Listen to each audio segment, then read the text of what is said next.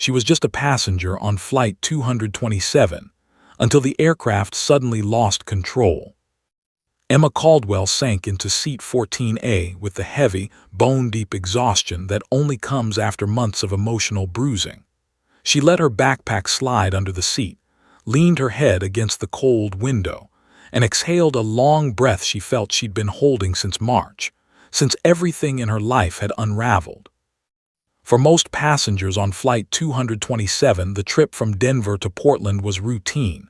Business meetings, family visits, vacations, a couple renewing vows, strangers with headphones, coffee cups, irritated sighs, nothing extraordinary. But for Emma, this flight was an escape. The past year had been a relentless storm. The death of her father, a painful breakup, the collapse of her freelance career, and the creeping sense that the world kept moving while she stayed stuck inside her grief. Her father, Captain Marcus Caldwell, had been a firefighter who spent his life flying into danger to save strangers. And in the end, it was a helicopter failure, a twisted piece of machinery that had taken him away. Emma stared at the runway lights glowing through the early evening haze. She hated flying, but she hated staying even more. A flight attendant with a professional smile paused beside her. "Ma'am, are you okay? Need anything before we take off?" Emma forced a faint smile. "I'm fine, thanks." The attendant nodded, unaware how fragile that answer was. Passengers settled in, fastening seatbelts, powering down phones. A toddler behind her giggled as his father made airplane noises. A teenage girl listened to music too loudly. A businessman argued quietly with someone over Bluetooth. Normal airplane chaos, safe, predictable chaos. Emma gripped the armrest as the engines roared, pushing against gravity with mechanical certainty. The aircraft surged forward faster, faster until its wheels left the earth. Her stomach lifted, her pulse tightened, but she breathed through it. She always breathed through takeoff. Her father once told her, "Takeoff's just trust, trust in the machine, trust in the people, trust in the sky." She closed her eyes. The sky welcomed them with its usual indifference. For 20 minutes, everything remained uneventful. Flight attendants rolled carts down the aisle, offering sodas and pretzels.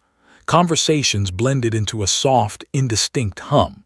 The plane climbed through the cotton-thick clouds, stabilizing at cruising altitude. Emma allowed her shoulders to drop, tension loosening one knot at a time. Maybe she thought this trip really could be a reset, a clean slate. She pulled out her journal, flipping to a page where she tried to write about her father weeks earlier and then abruptly stopped. A page half filled with memories and pain. She ran her fingers gently over the ink. Then the aircraft jolted. Hard. Not turbulence, not the familiar ripple of air pockets. A violent, unnatural jolt that snapped Emma's head forward and sent half a dozen drink cups flying. Someone gasped, someone else shouted. The flight attendants froze mid-stride. Emma's fingers clenched around the armrest. A second jolt followed, harder than the first, this time accompanied by an alarming metallic groan that sounded like it came from deep inside the aircraft. Overhead bins rattled. Luggage shifted. A baby started screaming. Emma's pulse began to sprint. That wasn't weather. That wasn't normal. She wasn't a pilot. She wasn't an engineer. But she had spent years obsessing over aircraft failure reports, accident analyses, mechanical diagrams, trying to understand the thing that stole her father. The world of aviation had become her strange, painful hobby. She knew enough to know when something felt wrong. The lights flickered, once, twice before stabilizing. The intercom crackled. Every passenger suddenly went silent. Then the captain's voice filled the cabin, struggling for calm. "Ladies and gentlemen, we are experiencing a temporary control issue with our stabilizer system. Please remain seated with your seatbelts fastened."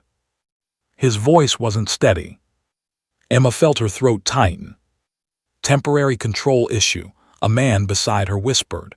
"What does that even mean?" Before she could answer, the aircraft lurched forward sharply, nose dipping a few degrees. Not enough to tumble, but enough that everyone felt gravity pull differently for a split second. Screams scattered through the cabin. A suitcase fell from an overhead bin and hit the aisle with a heavy thud. The toddler behind Emma began crying. His father hugged him tightly. Emma's heart pounded so loudly she could hear it over the engines. Airplanes weren't supposed to move like this. Not without warning. Not without turbulence. Not without something being very, very wrong. One of the flight attendants stumbled and clutched a headrest to keep her balance. Her eyes wide, alarmed, met Emma's for one brief second. A silent exchange. This wasn't minor. This wasn't routine. This was something else. Emma forced herself to breathe evenly, pushing down a rising surge of panic. She scanned the passengers, people she didn't know, people who didn't know her, all trapped in the same metal tube 30,000 feet above the earth. A woman whispered prayers. A man clutched the seat back in front of him, knuckles white. A teenage boy held his little sister's hand. Emma looked out the window. The clouds looked peaceful, mocking the chaos inside. Then through the cabin speakers, the captain's voice returned, fainter this time. We've temporarily lost primary control, but we're working on a solution. Lost primary control. Emma froze. That phrase wasn't just bad, it was catastrophic. Losing the primary flight control system meant the aircraft's most essential mechanisms for keeping stable, pitch, roll, yaw, weren't responding properly. Without them, the plane was essentially flying wounded. Behind her, someone began hyperventilating. Another passenger frantically pressed the flight attendant call button. A few tried to stand up, only to be ordered back into their seats by attendants who were barely holding themselves together. Emma's body went cold. She had read too many reports, studied too many tragedies, to not understand the gravity of those words. She whispered to herself, "This isn't happening." But it was. And it was far from over. The aircraft dipped again, more severely this time. Gasps rose across the cabin like a wave. A drink cart toppled, spilling cans and cups. A loud clang echoed through the fuselage. Emma clutched the armrests, knuckles burning white. A nervous flight attendant grabbed the intercom, her voice barely steady. "Folks, please remain seated. We need everyone calm and buckled." She didn't finish. Another jolt cut her off as the plane shuddered violently, like a huge force had grabbed it and shaken it. Emma's heart nearly stopped. This was no ordinary emergency. This was spiraling into something far worse. And in the pit of her stomach, a realization began forming, dark, unwelcome, undeniable. Whatever was happening to Flight 227 wasn't going to be fixed easily. A whisper of fear slid across the cabin like a cold draft. Emma gazed forward, toward the sealed cockpit door, pulse racing. Passengers around her murmured, "What's wrong? Is this real? Are we crashing?" Emma didn't respond. She couldn't, because even she didn't know how much danger they were truly in. But she was about to find out. Whatever was happening to Flight 227 was only just beginning. And the worst part, Emma Caldwell had no idea she was about to play a role in it. She was just a passenger on Flight 227, until the aircraft suddenly lost control. For nearly 30 seconds, no one spoke. It was the kind of silence born not from peace, but from shock. A stunned, suspended moment where every person on Flight 227 clung to the hope that the worst was already behind them. But hope evaporated quickly. The plane trembled again, a deep vibration rolling through the metal belly of the aircraft. Not a bump, not turbulence, a vibration that felt intentional, mechanical, like a machine struggling against itself. The toddler behind Emma shrieked at the sudden movement. His father wrapped an arm around him protectively, whispering, it's okay," though he didn't believe his own voice. Emma tightened her seatbelt. Her breaths came sharp and fast. She kept replaying the captain's words, "We've lost primary control." There were emergencies, and then there were the kind that sent shivers into the bones of every seasoned pilot. This was the latter. A woman across the aisle pressed her palms together, eyes closed, murmuring prayers in Spanish. A middle-aged man fumbled for the flight attendant call button, pressing it repeatedly in panicked jabs. But then something strange happened. People started looking at her. Emma didn't understand at first. She lifted her hands slightly, unsure if she had something on her shirt or if she'd said something out loud without realizing. Then a woman too rose up, from the window seat, turned around and pointed gently. "You." Emma blinked. "Me." The woman nodded slowly, recognition flickering in her expression. "You're the one who was at the gate earlier, talking about aircraft systems with that guy." Emma felt heat rush to her face. She had forgotten that little moment, forgotten how she'd nervously rambled at the boarding gate about safety redundancies and flight controls because the man beside her had joked that turbulence scared him. Back then, it felt harmless. A weird, anxious conversation. A distraction. But now it felt like a mistake. A flight attendant appeared beside Emma's row, shaken, pale, breathing fast. "Miss," she said, her voice trembling, "the captain made an announcement for anyone with mechanical or aviation experience. People around you, they said you might know something." Emma swallowed hard. "I'm not a pilot," she repeated quickly. "I don't fix planes, I'm not qualified." The attendant's eyes glistened with desperation. "We're not asking for an engineer, we just need help." The captain said even basic familiarity, anything, could matter right now. The plane jerked suddenly, this time with enough force to elicit gasps from every seat. The oxygen masks trembled in their compartments as if threatening to drop. Emma flinched, heart leaping into her throat. The flight attendant steadied herself on a seat as the fuselage quivered. "Please," she whispered, "just come forward," the captain asked personally. Emma didn't move. She couldn't. Her mind flashed with images of her father, his uniform, his smile, the charred wreckage she had been forced to identify. The investigation reports she'd read obsessively afterward. The haunting diagrams she memorized at 3 a.m. trying to understand the failure that changed her life. She wasn't a professional, she wasn't licensed. She was just someone who knew too much for her own comfort. Her throat tightened as the cabin tilted slightly to the right. A drink rolled down the aisle. Passengers clutched their armrests. Tension strangled the air. Then the intercom cracked alive again. "Ladies and gentlemen, this is your captain. We are continuing to work on stabilizing the aircraft. If there is anyone on board with experience in avionics, aircraft mechanics, or related technical fields, please make yourself known to the flight attendants immediately." The plea in his voice wasn't subtle this time. It was fear, and it sliced through Emma. A murmur passed through the cabin, eyes shifted, heads turned.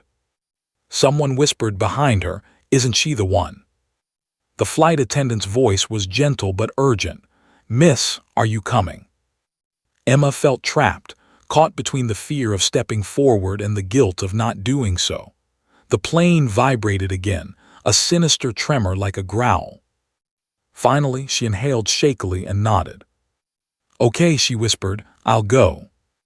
The flight attendant touched her arm in gratitude. "Follow me, carefully." As Emma stood, her legs felt unsteady, as if she were walking on a moving deck of a ship caught in a storm.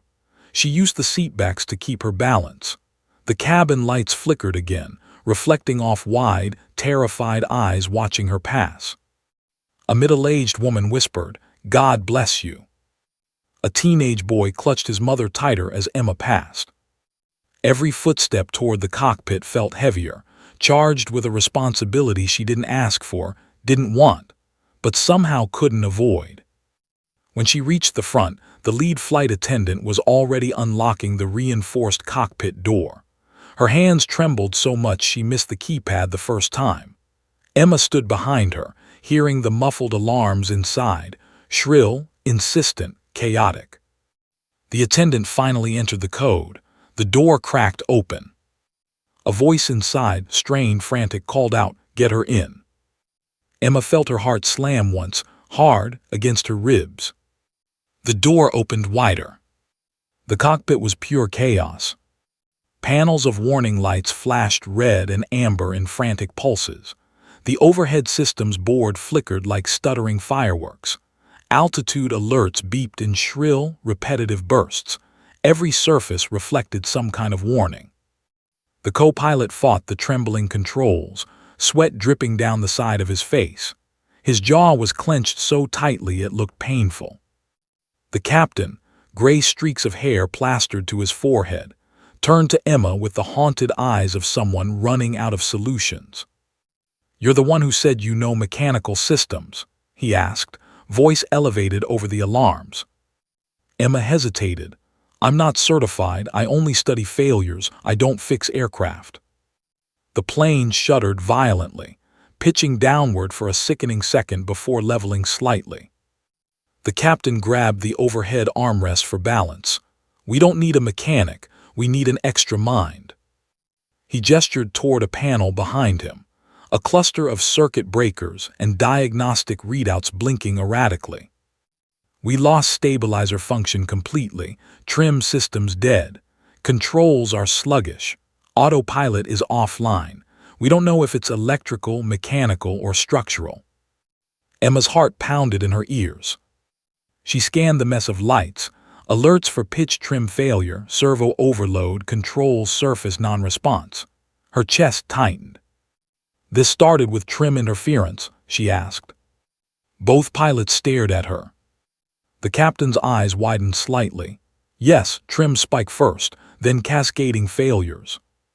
The co-pilot muttered, breathless. How the hell did she know that? Emma swallowed, pushing fear aside. Because that's how some catastrophic control losses start. Another alarm shrieked. The plane dipped, this time longer and sharper. Emma stumbled, reaching out to steady herself against the center console. The captain barked, "Hold on," as he pulled back on the yoke with both hands, his muscles visibly strained. The nose lifted barely. The co-pilot called out altitude numbers with rising panic. 28,000, 27,900, 27,800. Emma's mind raced. Something wasn't lining up. Was there any indication before takeoff, any maintenance irregularities? The captain shook his head. Nothing, clean pre-flight, no messages, no warnings. The cockpit jolted again, with enough force to knock a clipboard to the floor.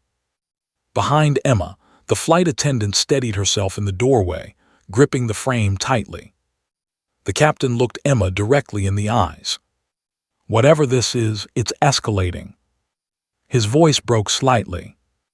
"And we're running out of time." Emma felt her throat tighten as the plane dipped once more, alarms screaming. She steadied herself, forcing her mind to focus through the chaos. "Show me everything," she said quietly. "Show me every failure, every alert, every spike. We need to trace the pattern."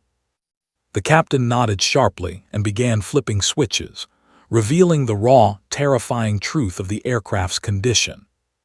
Emma inhaled deeply, slowly, trying to calm the tremor in her hands. Because in that moment, she realized something chilling. Whatever was happening to Flight 227 wasn't random. And it wasn't done yet. The real nightmare was only beginning. She was just a passenger on Flight 227 until the aircraft suddenly lost control. Emma stood in the cramped cockpit, surrounded by alarms that pulsed like a mechanical heartbeat. Red lights, amber warnings, screens flickering with cascading fault codes. For a moment, the panic clawed at her throat, threatened to swallow her whole. But she forced herself to breathe. Focus. Think. Don't freeze. The captain pointed frantically at a diagnostic panel, where a column of error messages scrolled like a waterfall. Look here, the stabilizer trim system overloaded first, he said. Then the servo actuators stopped responding. After that, the electrical bus started dropping units. Emma leaned over the readings, absorbing them as fast as her mind could process. The co-pilot called out altitude again, voice taut. 27,500 and falling. Rate is unstable. Emma steadied herself with one hand on the back of the captain's chair. The plane jerked, another violent tremor rippling through the fuselage. Her knees buckled, and she grabbed the console for balance. The captain grunted, "Easy, easy, come on," as he fought the stubborn controls. Emma scanned the warnings again. It didn't make sense. A trim failure could cause serious pitch issues, yes. It could even domino into other systems if it overloaded enough circuitry. But these failures, these weren't clean. They weren't linear. They were all over the map. She pointed. These patterns, these aren't random. They look connected. The co-pilot shot her a confused glance. Connected how? Because right now it looks like the whole aircraft is trying to die at the same time. Emma didn't respond immediately. Her brain was sprinting, assembling fragments, diagrams she had studied years ago, failure reports she'd read until 4 a.m., her father's words about mechanical personalities. Machines didn't just break. They communicated their failing. This plane was screaming. She traced her finger down a series of codes. Look, the trim motor didn't just spike. It overloaded the secondary control bus. That bus feeds multiple systems. Yeah, the captain nodded urgently. Which is why half our flight controls are dead or lagging. No, Emma interrupted. Look closer. She pointed again, this time at a heat signature reading. This is from before the trim failure. The captain's face went blank. What are you saying? Emma swallowed. I'm saying something else started this chain reaction, something upstream, something that's been happening longer than you realize. The captain turned to the co-pilot. Did you see anything unusual on climb-out? Any vibration? Any feedback? The co-pilot shook his head, breath sharp. Nothing, but we were focused on weather. We flew through a shear maybe that stressed something. Maybe, the captain muttered. Emma felt the cockpit tilt slightly as the plane dipped again. The co-pilot's voice rose. Altitude 26.8, 26.7. They were still falling. The captain wiped his forehead with the sleeve of his uniform. Okay, if the trim system went first and the bus failures were secondary, what triggered it? Emma's eyes drifted toward the circuit breakers, hundreds of tiny black switches, each labeled, each tied to a specific component. Her gaze lingered on one section. The captain followed her line of sight. What is it? Do you see something? Emma took a step closer. A breaker wasn't just tripped, it was scorched. She reached toward it but hesitated. This one, it overheated. Look at the melting around the casing. The captain's eyes widened. He leaned in. That shouldn't happen unless something overloaded the entire regulator, Emma finished. The co-pilot let out a breath. So the regulator fails, the trim goes with it, then everything downstream collapses. Emma nodded. It explains the cascade, but not the cause. Another shudder rocked the cockpit. The jump seat rattled violently against the wall. The overhead panel chimed with a new, chilling alert. Stall warning, stall warning. The sound reverberated through Emma's skull. The co-pilot's voice rose an octave. We're not stalling, we're just losing lift, airspeed dropping. The captain pulled back aggressively, fighting the plane's downward tendency. Come on, sweetheart, come on. Emma gripped the edge of a console to stay upright. The alarms continued to blare, as if mocking their efforts. She forced herself to focus on the breaker again. Captain, she said, raising her voice above the chaos, If this breaker caused the trim failure, can we isolate it? Maybe cut power to the corrupted section of the bus. The captain's eyebrows shot up. Electrical isolation, that's not standard, not with this many faults. But if the system is feeding bad data or power into the controls, Emma pressed, then isolating it might give you partial manual authority back. The captain stared at her for a long second, a moment where the world outside the cockpit seemed to fade. Then he nodded, "Show me." Emma's hands trembled as she reached for the scorched breaker. If we isolate this circuit, we risk knocking out non-critical avionics, maybe even some cabin systems, but you might regain stabilizer authority. "Worth it," the captain said immediately. "Absolutely worth it," the co-pilot echoed. Emma hesitated only for a heartbeat. Then she pulled the breaker. The sound was tiny, just a soft click, but the aircraft responded like she had pulled the plug on a giant beast. The alarms shifted pitch. The cockpit lights flickered once. The nose of the aircraft jerked, then steadied slightly. The co-pilot's breath caught. "Control feels tighter. Hold on, try the trim." The captain tested the controls. For the first time since the chaos began, the yoke responded with something close to obedience. Not perfect. Not normal. But better. Emma exhaled shakily. "You've got partial manual control again." The captain's relief was visible, even in his rigid posture. "Good work." But the moment of hope fractured instantly. A new alarm exploded across the cockpit in a shrill, horrifying screech. "Engine 2, compressor temperature critical." The co-pilot's eyes widened. "What the? Why is Engine 2 overheating? We haven't touched the throttles." The temperature gauge spiked so fast it seemed unreal. Emma felt her stomach collapse inward. This isn't right," she whispered. "Trim, controls, electrical failure, but now an engine anomaly. They're not the same system." The captain's face drained of color. "Unless something bigger is happening." The plane dipped sharply as Engine 2 began surging, RPM fluctuating wildly. The cockpit vibrated violently. Passengers screamed somewhere behind the bulkhead. The co-pilot fought to stabilize the left bank. "We're losing thrust." Emma stared at the engine readout, horrified. She knew enough to understand how impossible this was. Electrical failure, possible. Trim failure, possible. Both together, rare but still possible. But then an engine thermal surge. No.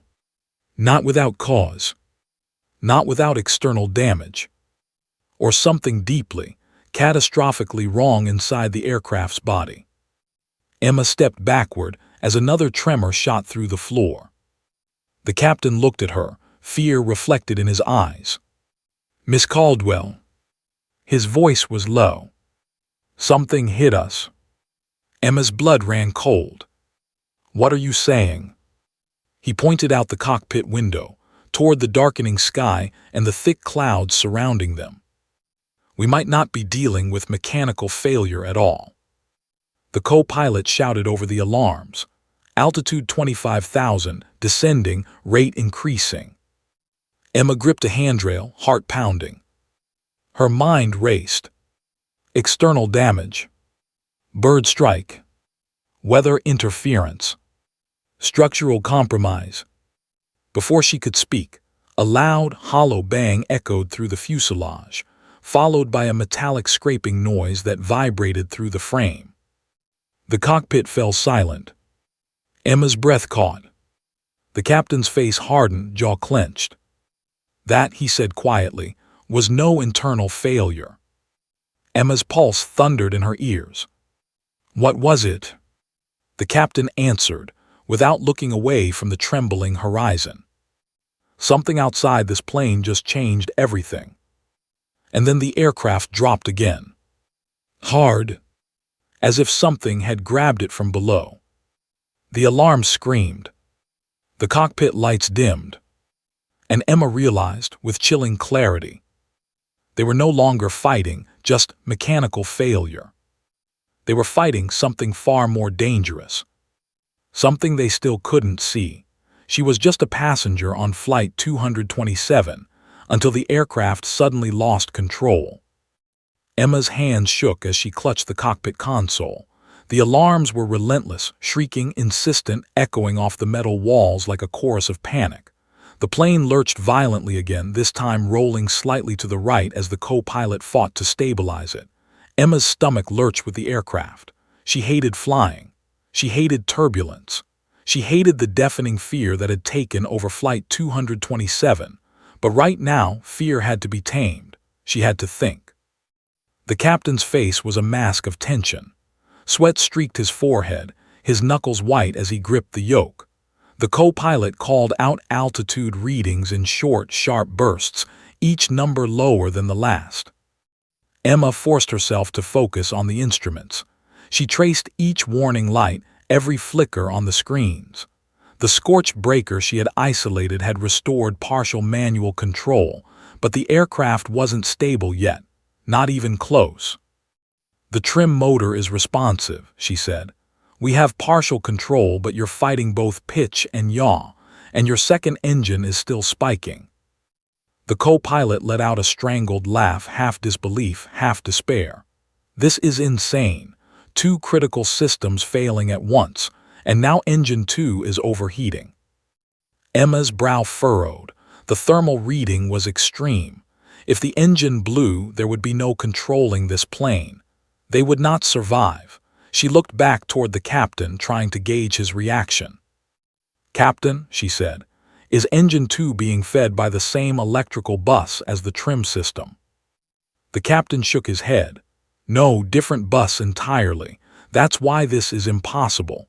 Both systems failing independently unless something else is causing it." Emma's pulse raced. She scanned the cockpit displays again, her brain snapping through every failure scenario she had ever studied. Nothing matched what she was seeing. This wasn't mechanical error. This wasn't maintenance negligence. This was deliberate. A hollow bang vibrated through the fuselage, louder than before. Something had scraped the wing, or maybe the fuselage itself. The aircraft shook violently. The co-pilot shouted, "We're losing altitude fast, rate increasing." The captain's face darkened. "External damage." Emma's stomach dropped. "External what, how?" Before he could answer, the plane shuddered again. Warning alarms screamed in a chaotic symphony. The yoke jerked in the captain's hands. He gritted his teeth. "Something hit us, or is hitting us." Emma's mind raced. Lightning flashed briefly outside, illuminating the thick clouds. But it wasn't a storm. It was too sudden, too precise. She clenched her jaw. "We need to isolate all systems individually, trace the anomaly. If it's external, we have to minimize damage to the remaining functional controls." The captain nodded. "Do it." She dove into the control panels, checking breakers, fuses, and relays. Her hands flew over switches, toggling circuits in sequence. Each time she isolated a fault, the aircraft responded slightly, less violent, more manageable. It was a fragile balance. Every adjustment carried risk. One wrong move could send them tumbling. "Hold on," she said, voice tight. "Partial control restored, trim is responsive. Don't fight it too hard." The co-pilot leaned into the controls, testing the stabilizers. The plane responded just enough to steady the nose. Emma's attention snapped back to the engine panel. Engine 2 was still dangerously hot. "Throttle cut won't help here," she muttered. "You need to reduce load manually, but it's unstable." The captain's hands hovered over the levers. He glanced at Emma. "You want me to do what exactly?" She swallowed hard. "We need to maintain altitude using a combination of Engine 1 and aerodynamic lift from the wings. You may need to bank slightly, carefully. Small, controlled adjustments." The plane lurched violently, as if it understood her plan and disagreed. Emma braced herself. Sweat ran down her temple. "We're going to have to fly with what we have. We can't rely on automation. Don't touch autopilot, it's fried."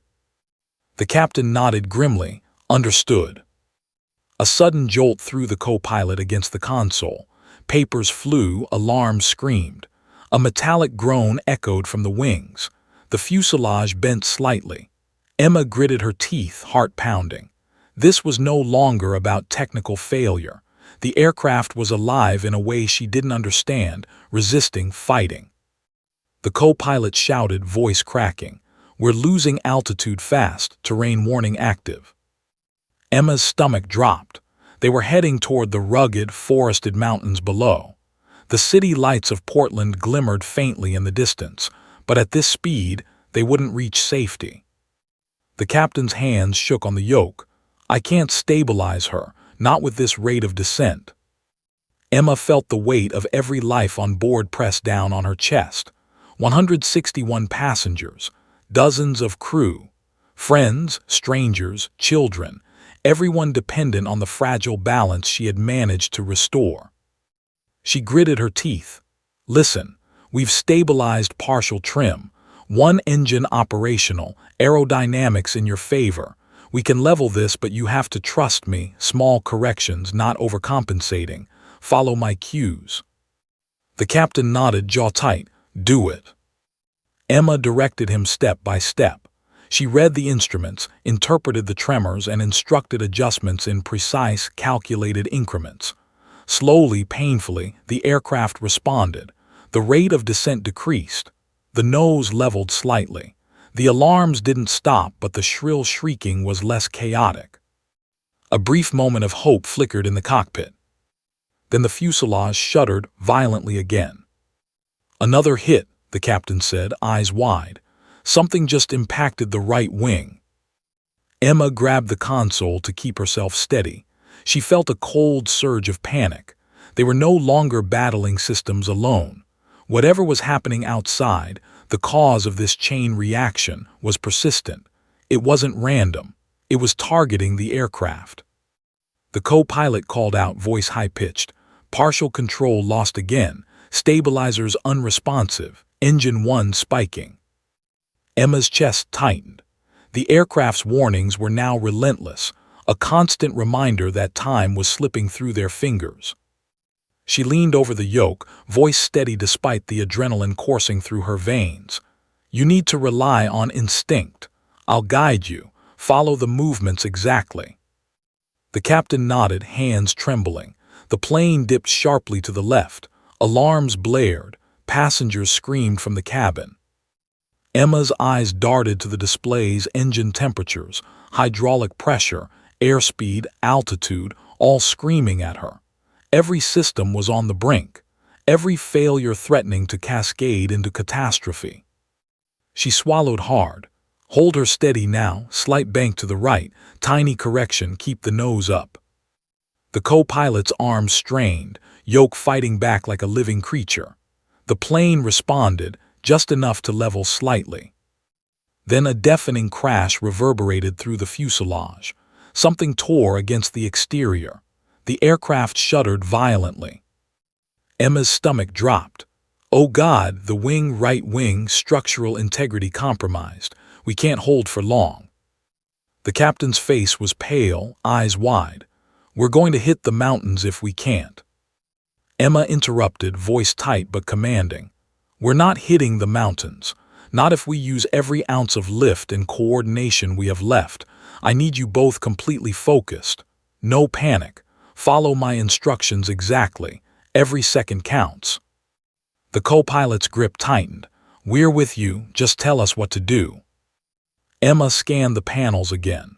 The scorched breaker had helped regain partial trim, but the new impacts, whatever had hit the plane externally, were destabilizing them again. She had to work faster, think faster, anticipate every movement. She felt her hands tremble over switches and displays, her heart hammering like a drum. Every second, the aircraft wavered between survival and disaster. She swallowed hard, grit clenching her jaw. "We have one chance to stabilize her long enough to attempt a controlled maneuver. I need you to follow my voice, every command. Do not deviate." The captain and co-pilot nodded, faces pale but resolute. Emma took a deep breath.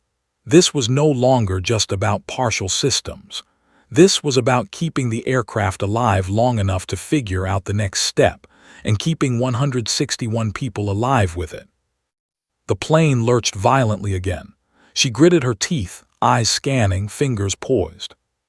And then she realized, whatever had caused this, whatever external force was destabilizing Flight 227, it wasn't done yet. And whatever it was about to escalate. She was just a passenger on Flight 227 until the aircraft suddenly lost control. Emma's hands shook as she hovered over the control panels, heart hammering against her ribs. The plane was no longer just malfunctioning, it was actively fighting them. Alarms screamed in a deafening chorus. The fuselage groaned with every tremor. Every second counted. Every movement had to be precise. The captain's hands clung desperately to the yoke. "We can't hold her steady. Altitude dropping, 24,023. Emma's mind raced. One eye on the instruments, one on the trembling co-pilot, she gave directions with surgical precision. Trim right, 5 degrees. Bank left tiny. Throttle 1 slightly down. Monitor engine 2, do not overcompensate. The co-pilot obeyed, straining every muscle to follow her guidance. Slowly, agonizingly, the plane steadied just enough to reduce the rate of descent. Passengers behind the cockpit, though muffled, let out a few relieved gasps. The baby in 15B finally quieted. Emma exhaled sharply, but her relief was short-lived. The engine panel flashed red again. Engine 2 was overheating at a dangerous rate. "Damn it," the captain shouted. "If that engine fails, we're done for." Emma leaned over the display. "We can't shut it down completely. Partial power is all we have left. But we can reduce load by keeping altitude as low as possible without hitting terrain, and using lift from the wings to supplement thrust." The co-pilot's eyes widened. "You mean glide it?" Emma's lips pressed together. "Exactly, but we have to stabilize first. No sudden moves. Follow my instructions exactly." The aircraft lurched violently again, as if mocking them. A metallic screech echoed from the fuselage, loud enough to make Emma wince. She realized with horror, whatever had hit them earlier or whatever was sabotaging the systems wasn't done. They were still under attack, or at least under duress. The captain's voice was strained. "Are you saying this isn't just mechanical failure?" Emma shook her head. "Something external triggered the initial cascade, and it's affecting multiple systems. This plane is being compromised in a way that doesn't make sense mechanically. We need to consider the possibility that something else is actively interfering." The co-pilot swallowed hard. "Like what?" Emma didn't answer immediately. She had studied enough real-world aviation disasters to know the signs of sabotage or catastrophic external damage. Bird strike. No. Lightning. Maybe. Structural fatigue. Not this suddenly. Her heart skipped. "Whatever it is," she said finally, voice low, "it's targeting the systems, trim, controls, engine, everything. And it's precise." The captain's jaw tightened. Then we're being attacked in some form. Emma didn't respond. Words weren't enough. She scanned the panels again, taking mental notes of every anomaly. The scorch breaker had been the first step towards stabilizing partial control. Now she had to isolate and balance each system, engine, hydraulics, trim, electronics, against the plane's constant, violent feedback. Another tremor shook the fuselage, harder this time. Warning lights flashed relentlessly. Oxygen masks jiggled in their compartments, though none deployed yet. The co-pilot gritted his teeth. "We're losing lift, airspeed dropping. Partial trim isn't holding, she wants to pitch down." Emma leaned closer to the yoke, eyes scanning the displays with laser focus. "Small corrections. Tiny, do not overcorrect. Use partial trim only to supplement manual control. Throttle 1 must be steady. Watch engine 2's temp, it's climbing." The plane dipped again, a terrifyingly sharp dive. Passengers screamed. The baby behind them wailed. The cabin shook like a leaf in a storm. Emma's stomach churned. The captain shouted, voice raw, "I can't hold her, she's fighting me."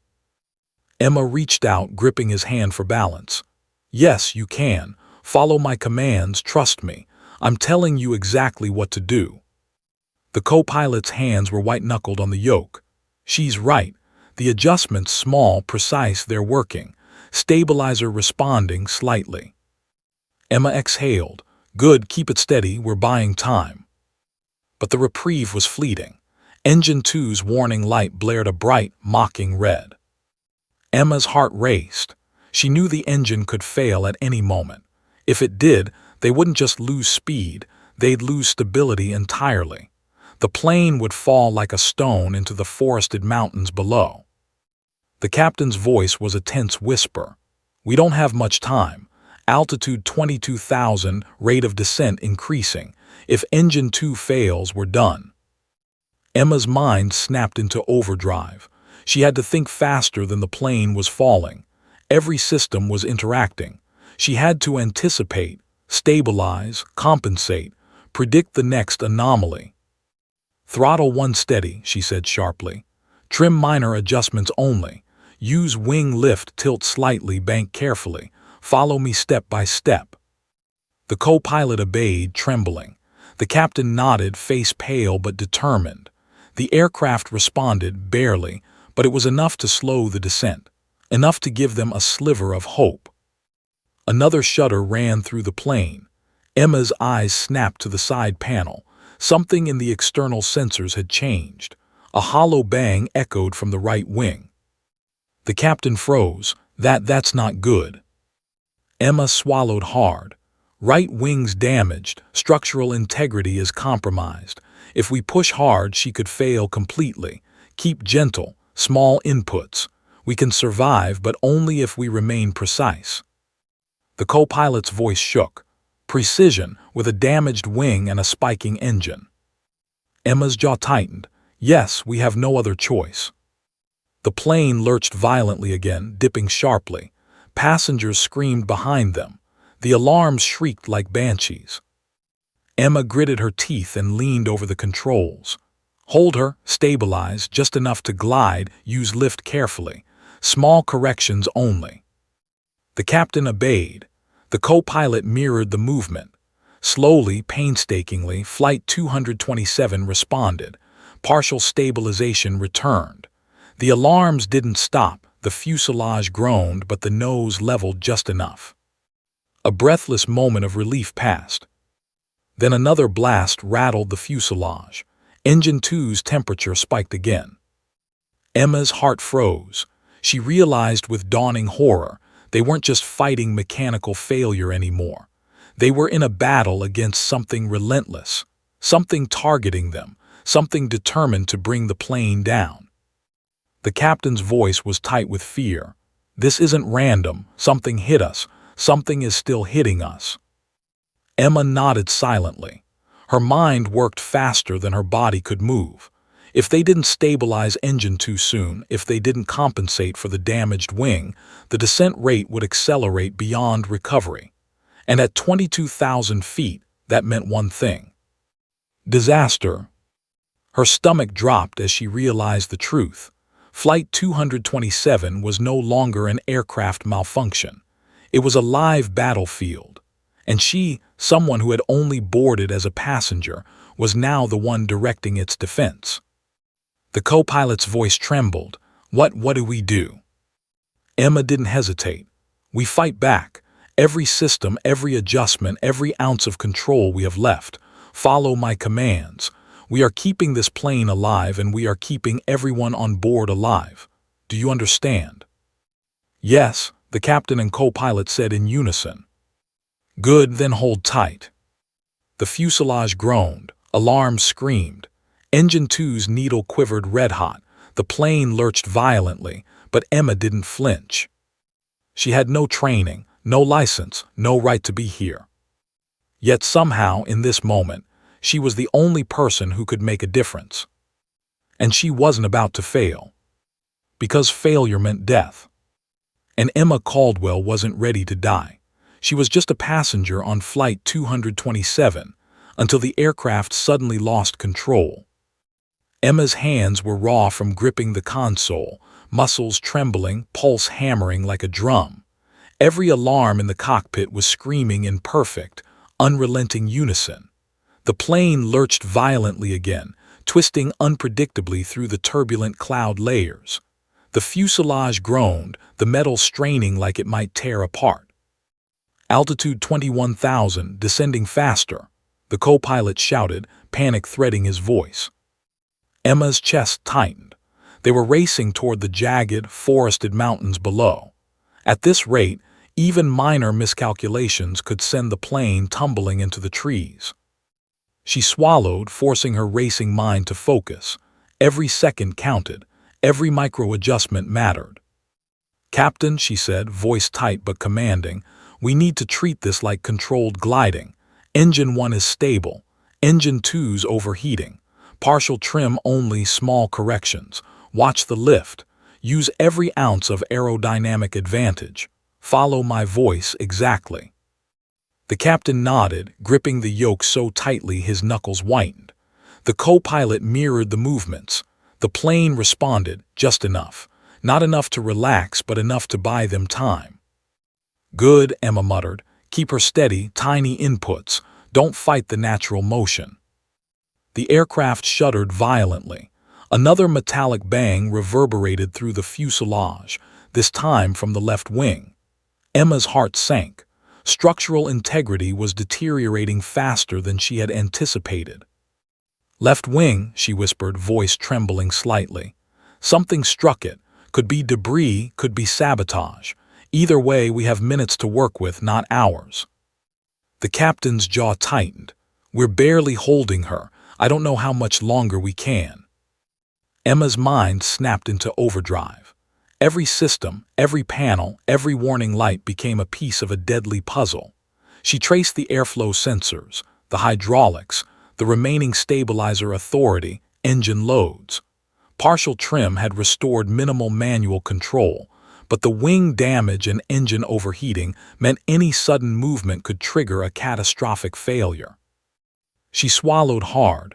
"We can't rely on autopilot, it's fried, manual only, every adjustment precise. I need both of you completely focused. One mistake, any mistake, and we're finished." The co-pilot's voice trembled. "Manual, you mean we're flying a wounded plane by instinct?" "Yes," Emma said firmly. "Exactly, and right now that's our only chance." The plane lurched again, violently this time, pitching sharply to the right.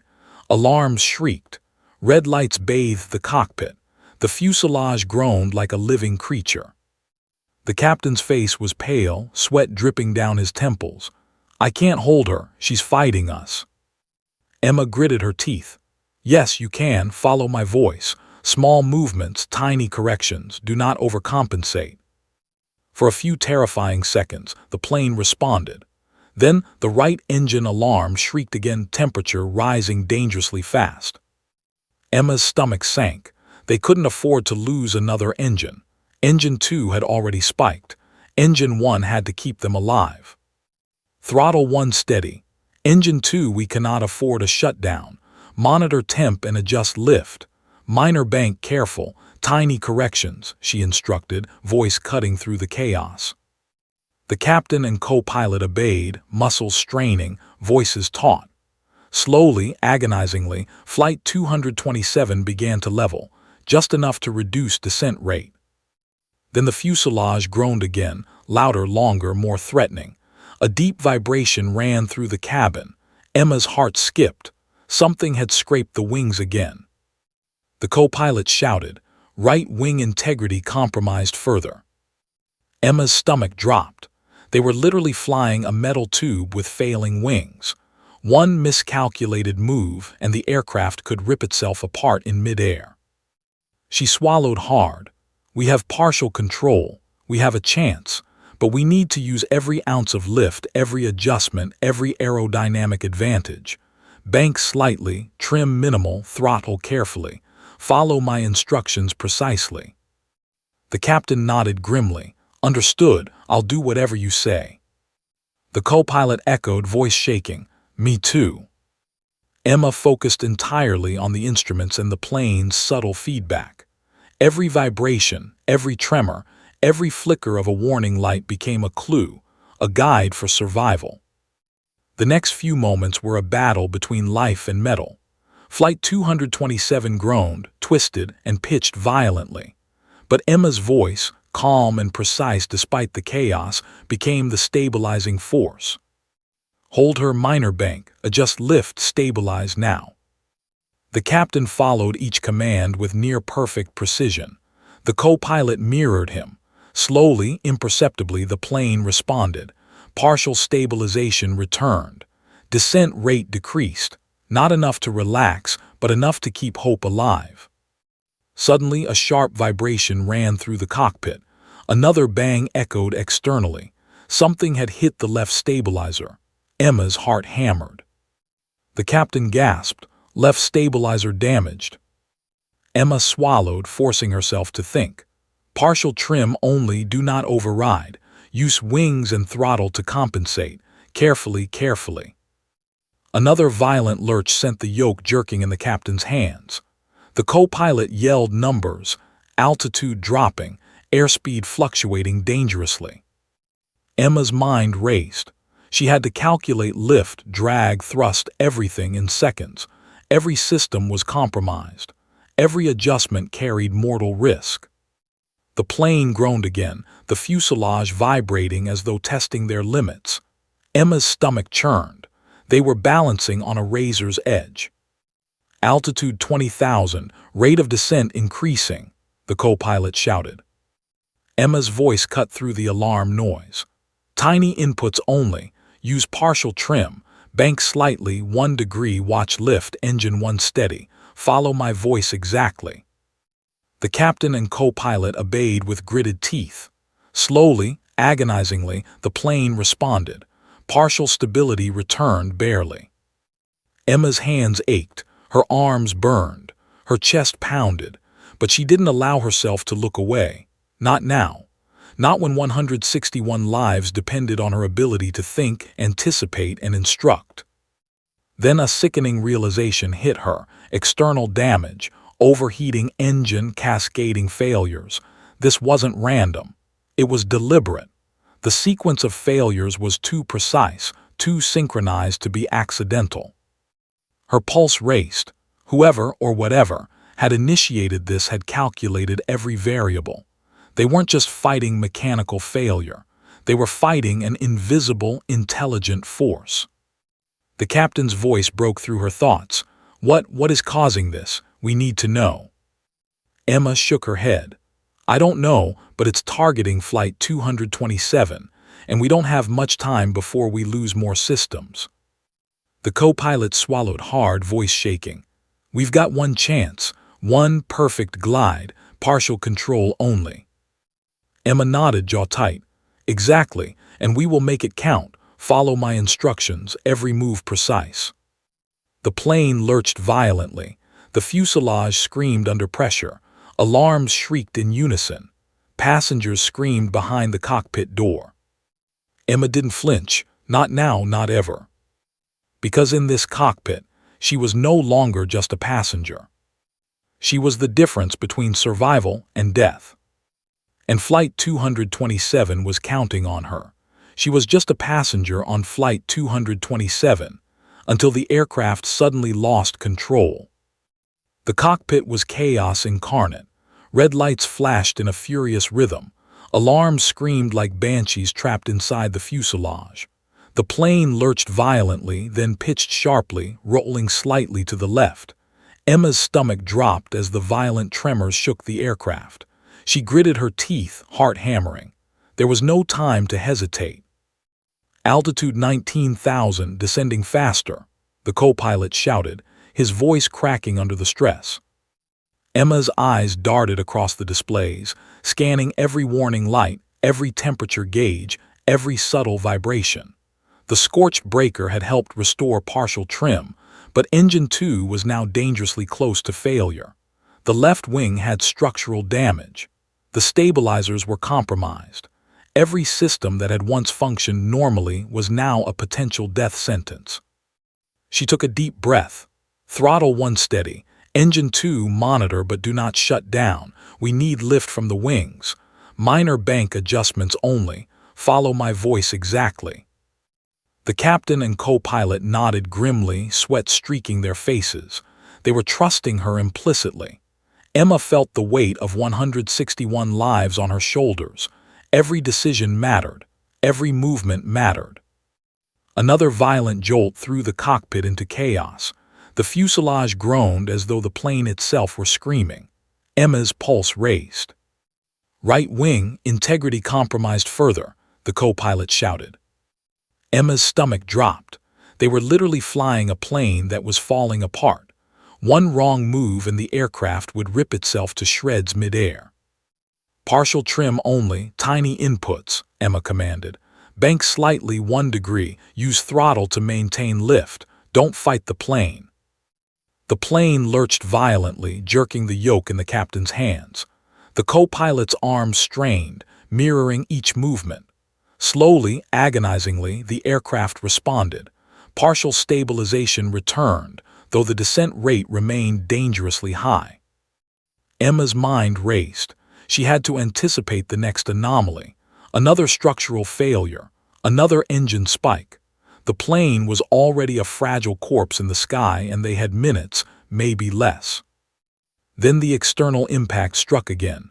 A loud metallic crunch echoed through the fuselage. Alarms shrieked in chorus. The cabin shook. "Left stabilizer critical," the captain shouted. Emma swallowed hard. "We're losing critical aerodynamic surfaces. One mistake and we're done. Tiny adjustments only. Follow my voice step by step." The co-pilot's grip on the yoke was white-knuckled. I can't believe we're still alive," he muttered. Emma ignored him, focusing entirely on the instruments. She adjusted trim, throttle, and minor banking in a delicate dance, each movement calculated to counteract the failing wings and overheating engine. The plane groaned. Warning lights flashed. Engine 2's temperature surged. The fuselage vibrated like a living thing. "Hold her, stabilize, minor corrections. Use lift, careful." Emma's voice cut through the chaos like a lifeline. Slowly the aircraft responded. Partial control was maintained. Not enough to relax, but enough to buy seconds. Seconds that could mean life or death. Another alarm pierced the cockpit. "Stall warning." Emma's heart sank. They were approaching critical airspeed. If they stalled now, recovery might be impossible given the damaged wings. "Stay with me," she whispered. "Bank slightly. Maintain airflow over wings, throttle 1 steady. Engine 2 monitor." The plane pitched downward, then leveled slightly under her guidance. The captain and co-pilot followed her every word, their trust absolute. Then came the worst. Engine 2 failed. A deafening shriek filled the cockpit as the right engine sputtered and died. The temperature gauge maxed out.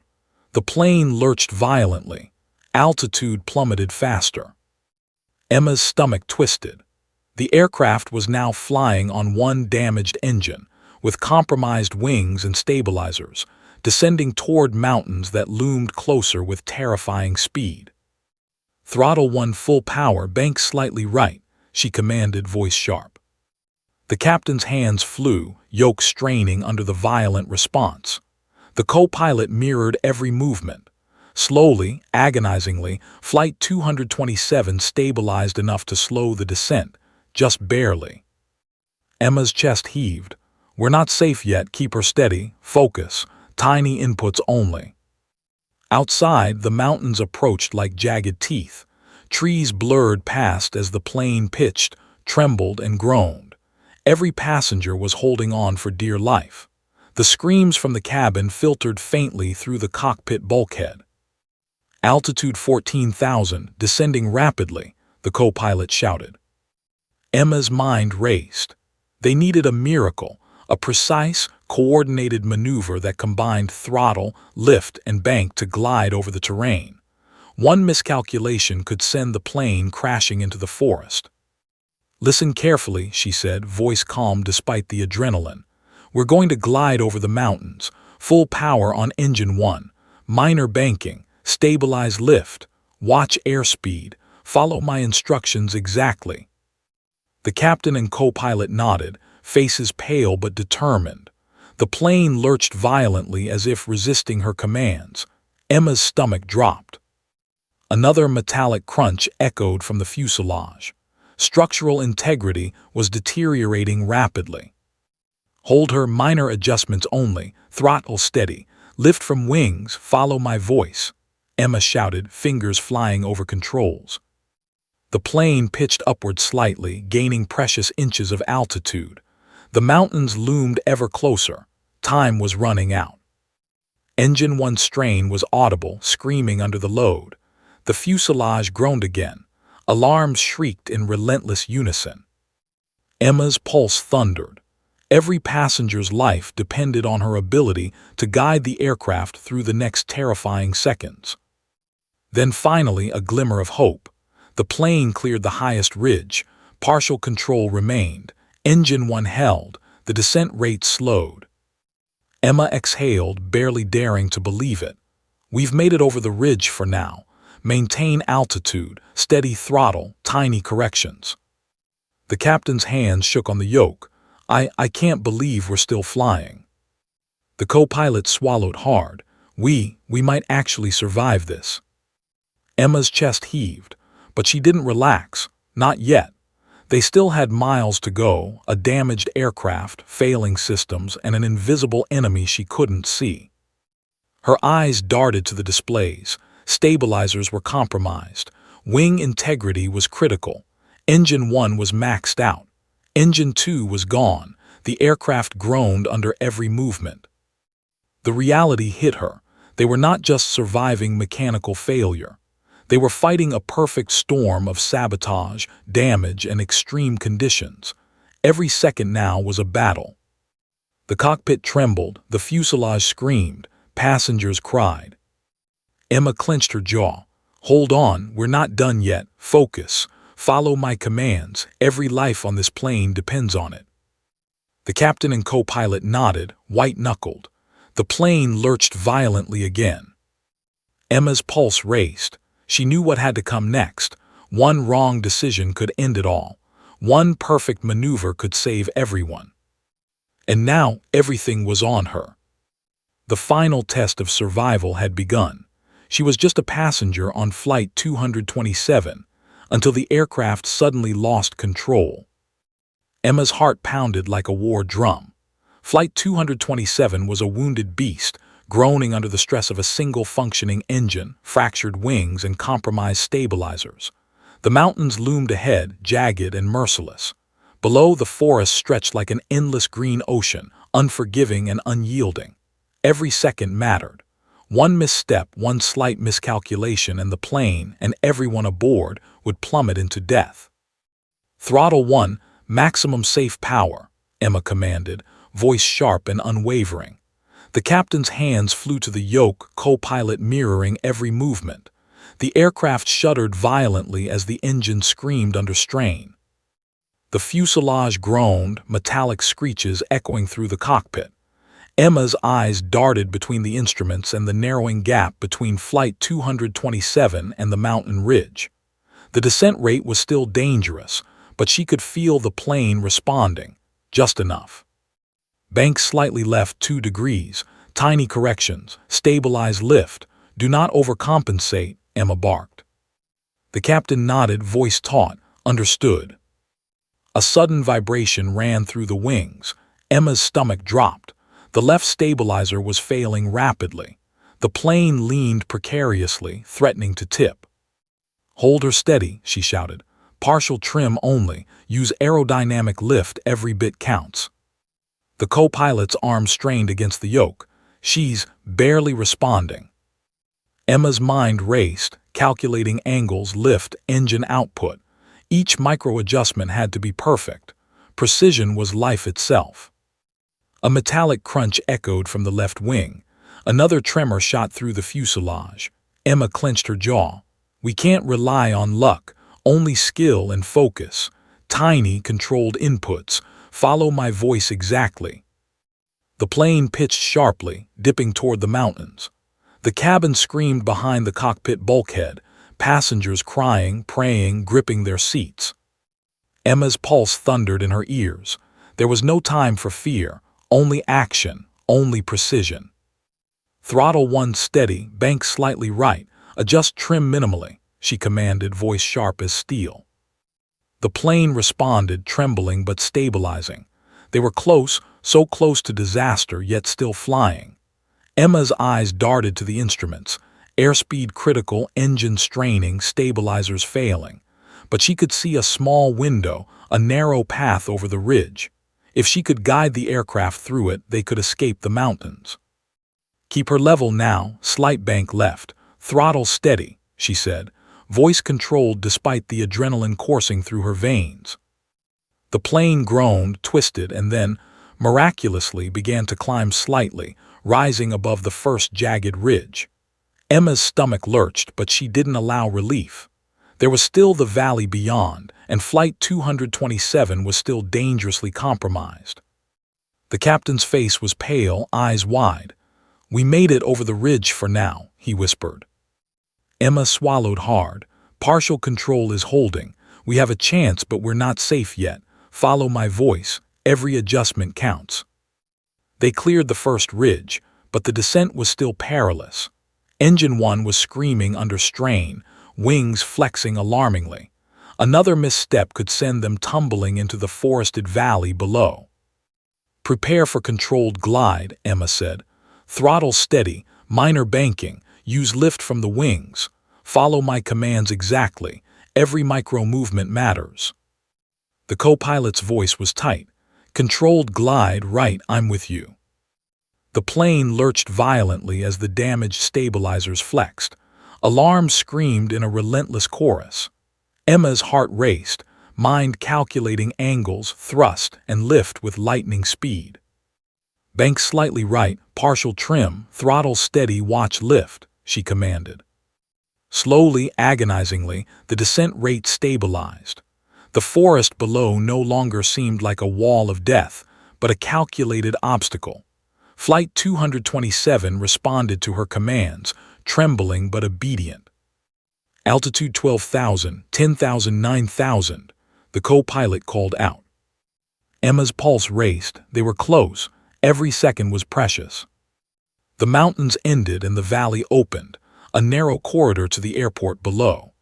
Emma's eyes darted to the instrument panel, calculating airspeed, glide angle, and engine output. One final maneuver and they could touch down safely. "Throttle 1, maintain. Minor bank adjustments, keep lift stable. Align with runway below," she commanded. The plane pitched and dipped violently. The damaged wings screamed under stress. The cabin vibrated with the resonance of every failing system. Passengers gripped their seats, some praying, some screaming, some frozen in terror. Emma's hands flew over the console, guiding the plane with surgical precision. Every micro-adjustment had to be perfect. One mistake could send them crashing into the valley. "Steady, steady, now bank left slightly. Align runway, throttle steady." The plane trembled, shuddered, and then miraculously responded. They were aligned with the airport. The runway lights shimmered in the distance, a thin thread of salvation. "Altitude 3,000, 2,000, 1,000, the co-pilot shouted. Emma's heart pounded. The descent rate was critical. Engine 1 was screaming under maximum output. Flight 227 groaned but held together. "Final approach, keep level. Throttle steady, minor corrections only, we can do this," she shouted. The plane pitched slightly as the runway approached, trembling violently. Every system screamed in protest, but Emma's voice, calm and precise, guided the aircraft. The runway grew closer. Emma held her breath. The wheels touched down, first engine roaring, stabilizers barely responding, wings flexing dangerously. The plane skidded along the runway, metal groaning, tires smoking. Emma guided the yoke, ensuring they remained centered. Every second felt like eternity. Then finally the aircraft slowed. The co-pilot exhaled shakily. We did it." The captain's face was pale, eyes wide with disbelief. "Emma, you saved us." Emma's chest heaved, adrenaline coursing through her veins. She allowed herself a brief moment of relief. Flight 227 had survived. The passengers had survived. Through the cabin, muted cheers and tears of relief echoed. Passengers embraced, some crying, some shaking, all overwhelmed by the terror they had survived. Emma finally slumped into the jump seat, trembling, exhausted. She couldn't speak at first. The gravity of what she had just accomplished weighed on her. She had come aboard as a passenger, but in these past hours she had become their lifeline, their guardian.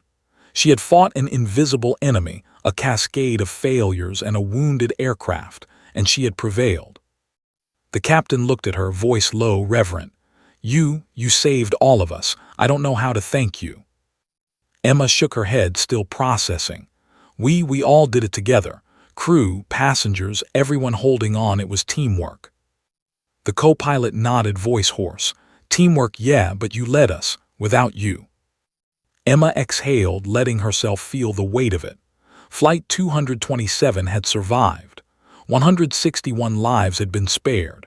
But she also knew the scars of this flight, metal bent, systems damaged, nerves shattered, would linger. As emergency crews rushed to the plane, Emma sat back, finally allowing herself to breathe. She looked at the cabin full of exhausted, terrified passengers, and a quiet satisfaction washed over her. She had come aboard as a passenger.